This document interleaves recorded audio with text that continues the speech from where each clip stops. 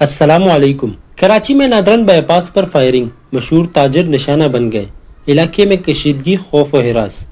ताज़ा तरीन वीडियोज़ के लिए चैनल को सब्सक्राइब करके बेल आइकन और ऑल नोटिफिकेशन पर क्लिक करें।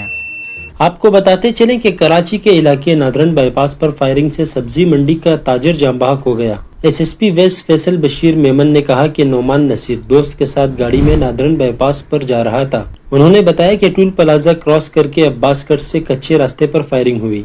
उनका कहना है कि एनी शाहिद ने पुलिस को बयान देते हुए कहा कि 2 मोटरसाइकिलों पर सवार 4 मुलजिमान ने गाड़ी रोकने की कोशिश की। एसएसपी वेस्ट ने कहा कि ना रुकने पर ताक़ुब करने वाले मुलजिमान ने गाड़ी पर फायरिंग की। पुलिस का कहना है कि दोस्त ने ही नोमान को अस्पताल पहुंचाया, जहां डॉक्टरों ने उसकी मौत की तस्दीक कर दी। वाज़ेह रहे कि मकतूल सुपर हाईवे पर सब्जी मंडी में काम करता था। नोमान के वालिद नसीर बंगश फ्रूट मंडी के मारूफ ताजिर हैं। मंडी जराये के मुताबिक मकतूल नोमान नसीर बंगश अपने वालिद का कारोबार देखता था।